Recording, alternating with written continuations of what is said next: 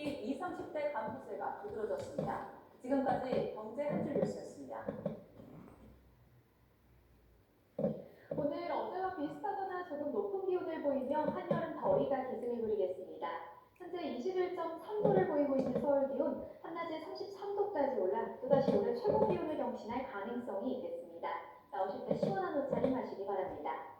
오늘 고기압의 가장자리에 들면서 전국 하늘에 구름만 다소 지나겠습니다. 다만 볕이 강하게 내리쬐면서 전국의 자외선 지수가 매우 높은 수준까지 치솟겠습니다. 또 오후부터는 경기 북동부와 강원 중북부, 호남 지방에 5에서 20mm의 소나기가 지나겠고요. 제주도는 기압불의 영향으로 비가 조금 내리겠습니다. 출근길 기온 보겠습니다. 현재 서울 기온은 21.3도, 청주 22.7도, 부산 20.6도를 나타내고 있습니다. 한낮에는 예년 기온을 많게는 5도나 훌쩍 웃돌겠는데요. 서울 33도, 광주와 대전 32도까지 크게 오르겠습니다. 날씨였습니다.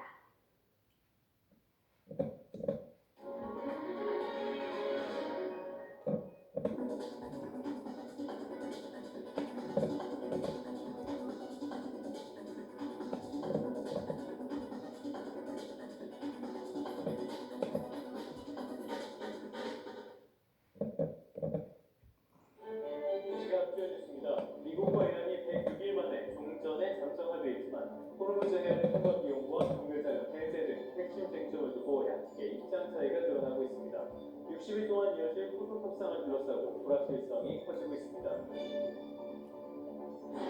종전 협상 과정에서 배제된 이스라엘은 레바논 남부에서 철수하지 않겠다는 뜻을 밝혔습니다.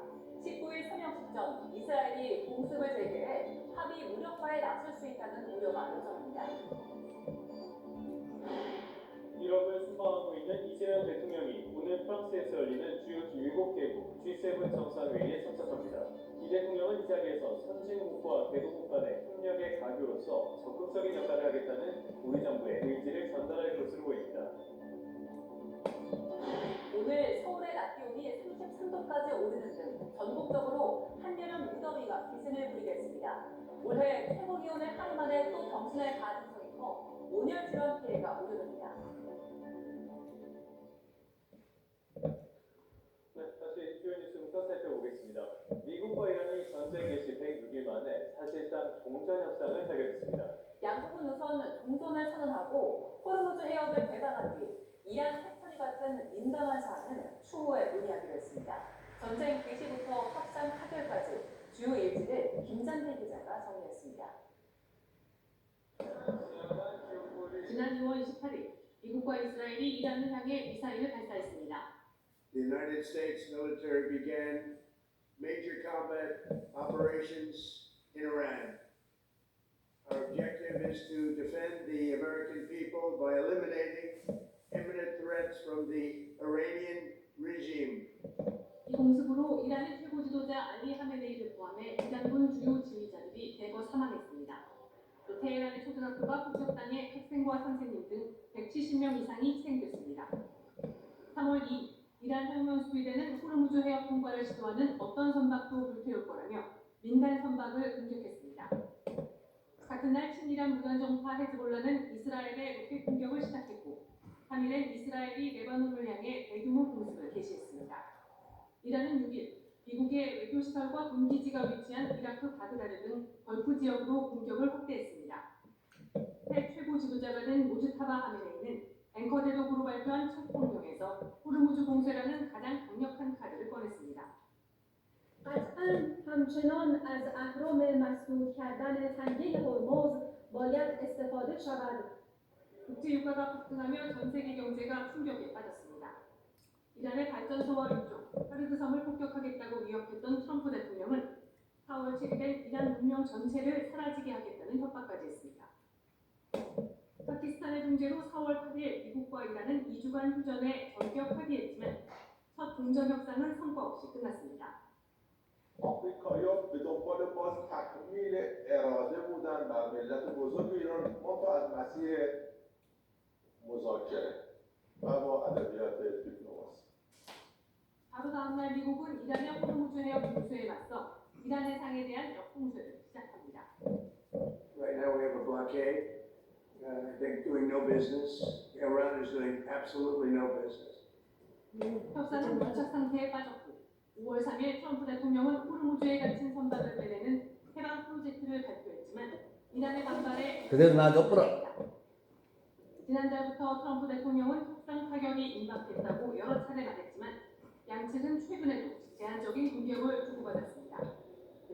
از این مثل تصور نمی‌کردم نیروهای مسلح ما، قدرت دفاعی ما و سیستم پافندی ما بتونه چنین کارهایی رو بکنه. 문제국을 통해 양국으로 가며 마련된 14개 조항을 담은 종전 합의안은 오는 금요일 스위스에서 서명식을 거쳐 발효될 예정입니다. YTN 김자입니다. 이 종전합의에 대한 미국 내 평가는 아주 강합니다. 핵심 쟁점을 해결하지 못한 결과다 보니까 트럼프 행정부의 전략적인 실패라는 평가까지 나오고 있습니다. 중간 선거를 앞두고 민주당도 아무것도 얻지 못한 전쟁이었다며 목소리를 높이고 있습니다. 워싱턴에서 홍상희 특파원입니다. 트럼프 미 대통령은 이란에 대한 제재 완화는 앞으로 이란의 행동에 달려있다고 강조했습니다. 고농축 우라늄 제거 등 핵 포기 절차 이행에 나서야 제재 완화가 가능하다는 러시아 것을 대통령. 확인한 겁니다. 러시아 뭐 전쟁 그거는 있지. 한다. 계속 하고 있지.